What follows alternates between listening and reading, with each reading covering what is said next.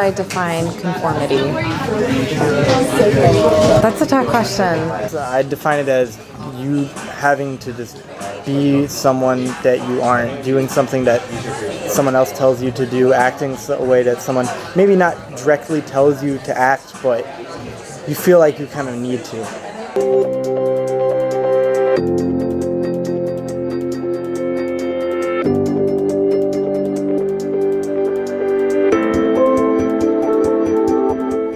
Conformity is if you behave according to the beliefs or the general behavior within a certain group, and you also match your attitudes to that of the group or the group norms.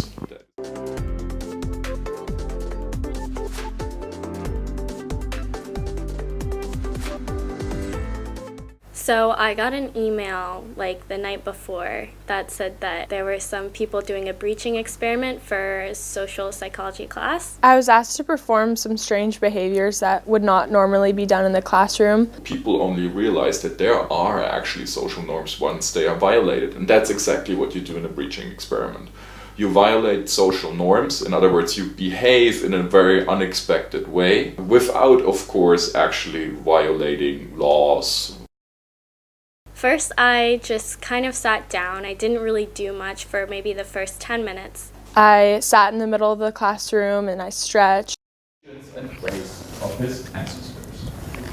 Same thing. Sorry. You need help? I'm okay. My knee just kind of hurts. I walked on the chairs in the back at one point, and I opened the window when this girl had just closed it because she was cold. You okay? Yeah, I'm just a little hot. And I think at that point, most of the students in the class were kind of like, okay, there's something going on. This is not normal. Maybe you have to change the diaper. Go change the diaper. Kid continues crying. Gives them a toy. Kid continues to cry. At one point, gives the kid some food. Kid stops crying. At one point, the kid figures out, say, hungry. First of all, people will be irritated. And depending on how far you go in such an experiment, normally this irritation would first lead to people maybe laughing. And if it goes too far, complaining.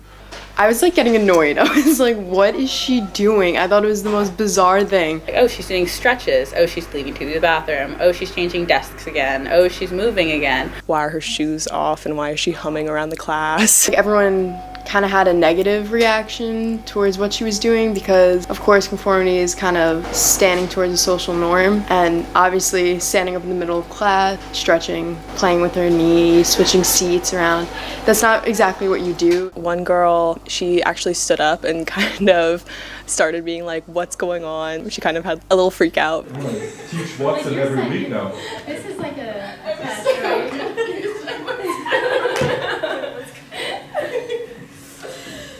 Do you think we could switch seats? Thank you. I would definitely say that I was judging her for what she was doing. Sorry, I see better. Thank you. It's always kind of about your ability to adjust to what everyone else is doing. So if everyone else is sitting in a circle, you sit in a circle. We suddenly behave like everyone else in terms of sitting in a particular place, giving a particular sign when we want to ask a question. Otherwise, students are normally quiet. So there's so many different norms going on in there that are not spelled out. And that's where conformity comes in, because specifically if you are new to an environment, you're gonna try and behave like the others.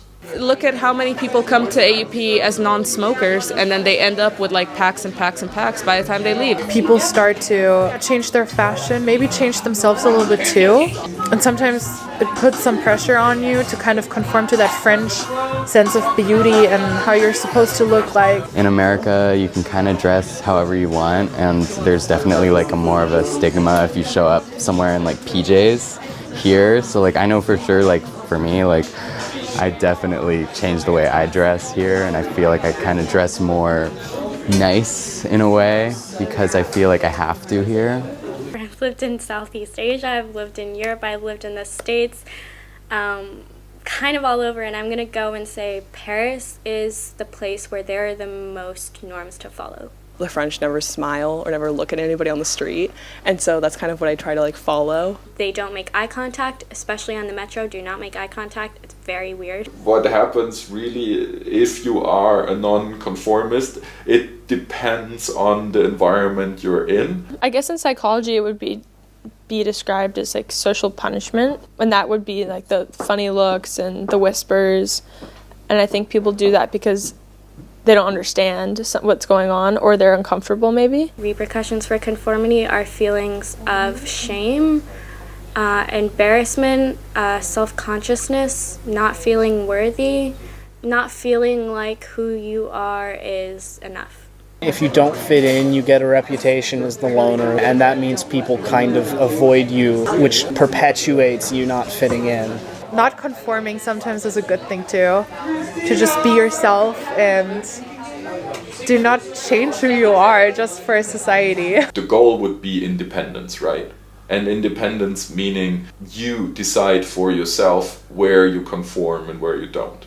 To actively not conform should not be mistaken for independence, because that's often just in order to show the group that one is different, so that they just behave in the opposite way. You have to learn how to still be you in a new place while not feeling super excluded. The moment you are at the level where you understand the norms, where you can see them, where you can reflect the norms and what they mean, you have a good chance to enrich the place you're in, because then you can communicate. You can say, oh, that's interesting how they do it here in Paris. Where I come from, we do it that way. And then maybe start a negotiation about those norms. It's just what everyone is doing, you will do. And that's till the day that you're 80, you know? That's never going to change.